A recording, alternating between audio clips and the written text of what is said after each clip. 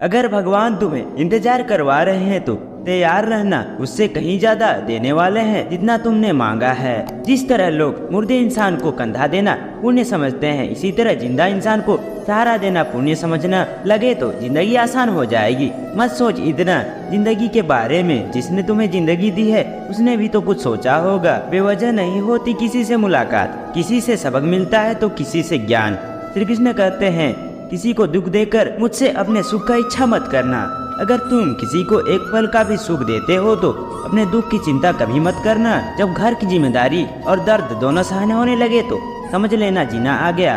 कौन क्या कर रहा है, कैसे कर रहा है और क्यों कर रहा है, इन सब से आप जितना दूर रहोगे उतना ही खुश रहोगे। हंसते रहोगे तो दुनिया साथ है, वरना आंसुओं को तो आंखों में भी जगह नहीं मिलती। जीवन में जो होता है वह किसी वजह से होता है, या तो वह आपको कुछ बनाकर जाता है या फिर कुछ सिखाकर जाता है। पसीना और अंतिम समय तक निचोड़ जाना गाने से बेहतर कौन जानता है कि मीठा होने का नुकसान कितना होता है। जब कोई दिल दुखाए तो सबसे बेहतर है कि हम चुप हो जाए, क्योंकि जिन्हें हम जवाब नहीं देते उन्हें फिर वक्त जवाब देता है। अंधे बाहरी गंज बनाकर अपने लक्ष्य पर ध्यान देते। यहाँ इतने खाली लोग हैं कि ना खुद कुछ करेंगे ना करने वाले को कुछ करने देंगे और उनका मनोबल भी तोड़ देंगे। लोग जरा सी बात पर आपको छोड़ देते हैं और भगवान जरा सी प्रार्थना से आपको थाम लेते हैं।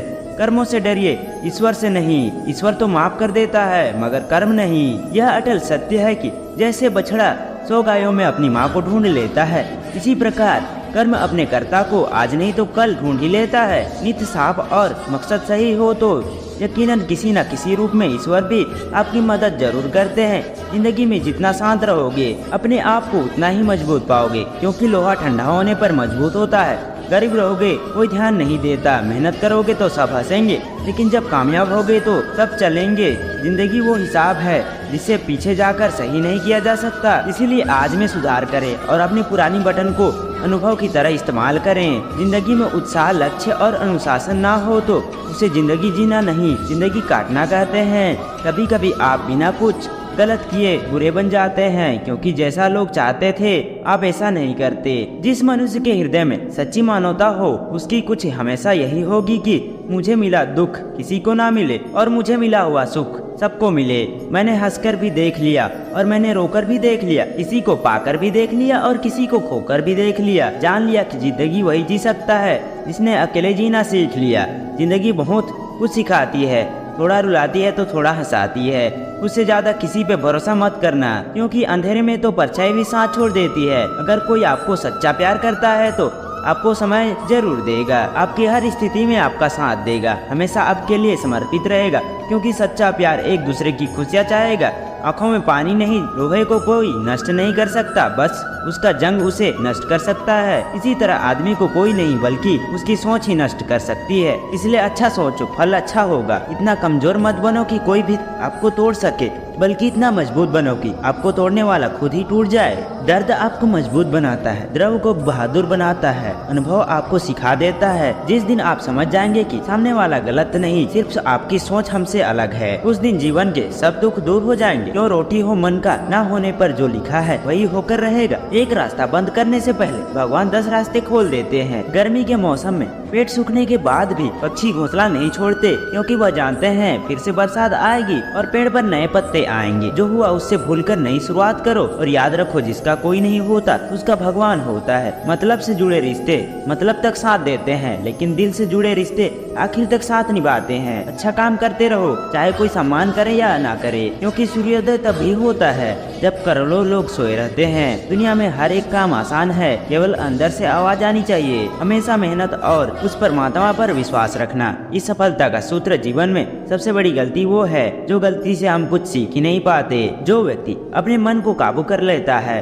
वह जिंदगी में सब कुछ कर सकता है। इंसान की अच्छाइयों पर सब खामोश रहते हैं, लेकिन चर्चा अगर बुराई पर हो तो गूंगे भी बोल पड़ते हैं। श्री कृष्ण कहते हैं तुम्हारे बीते हुए कल को तो मैं ठीक नहीं कर सकता, क्योंकि तुम वर्तमान में अगर अच्छा कर्म करोगे तो मैं तुम्हारा आने वाला कल जरूर उजागर करूंगा। झूठी बातों पर तो वही लोग वाहवाही करेंगे, वही लोग आपको तबाह करेंगे। बुरे से बड़ा क्या ही हो सकता है। हम तो हमेशा ही सोच लेते हैं, मगर अच्छे से अच्छा क्या हम कभी नहीं सोचते।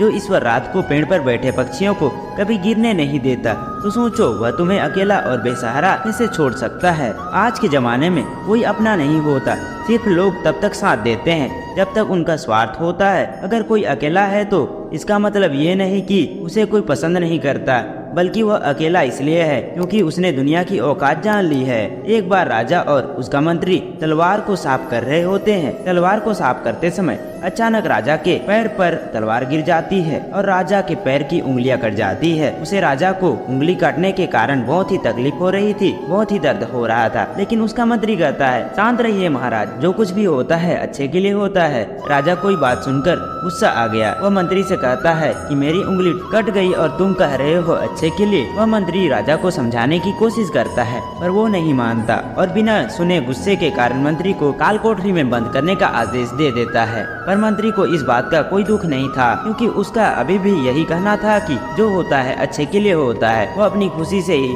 अपने आप को सैनिक के हवाले कर देता है। राजा इस बात को सुनकर चौंक जाता है, सोचता है कि मेरा मंत्री कितना मूर्ख था, मैंने उसे अच्छाई के लिए कैद कर दिया। इस घटना के 3 महीने बीत जाते हैं। एक दिन राजा अपने सैनिकों को लेकर शिकार करने के लिए जंगल में जाता है। राजा को कोई हिरण दिखता है। हिरण का पीछा करते करते राजा घने जंगलों में चला जाता है। वह हिरण को पकड़ नहीं पाता और जंगल के भीतर चला जाता है। वो बाहर आने के लिए रास्ता ढूंढता है लेकिन रास्ता उसे नहीं मिलता। तभी कुछ आदिवासी लोग उसे घेर लेते हैं। उन लोगों को पता नहीं था कि वह राजा है। वो लोग अपने देवता को बलि चढ़ाने के लिए इंसान को ढूंढ रहे थे। आदिवासी राजा को पकड़कर अपने इलाके में ले जाता है। राजा उनको बार बार समझाने की कोशिश करते हैं लेकिन वो लोग कुछ भी नहीं समझ रहे थे। वह लोग खुशी से नाचते हैं और राजा को नहलाकर बलि चढ़ाने के लिए उसको कपड़ा पहनाते हैं। अब राजा को लगता है कि वह काटने वाला है। जब आदिवासी लोगों का मुखिया राजा को काटने के लिए जाता है तब देखता है कि राजा की पैर की उंगली कट चुकी है। इसको देखकर उसका मुखिया कहता है कि इस इंसान की बलि नहीं दी जा सकती क्योंकि ये इंसान पूरा नहीं है, एक अंग कटा हुआ है और उनके भगवान को पूरे इंसान की बलि दी जा सकती है। अगर ऐसे इंसान की बलि दी जाए तो जिसका अंग पहले से कटा हुआ है तो उनके देवता खुश होने की जगह नाराज हो जाएंगे। फिर वो राजा को छोड़ देते हैं। राजा खुशी खुशी अपने महल चला जाता है और सोचता है अगर मेरी उंगली उस दिन ना कटी होती तो आज मेरी मौत हो जाती। इसका मतलब मंत्री सही कह रहा था, जो कुछ होता है अच्छे के लिए होता है।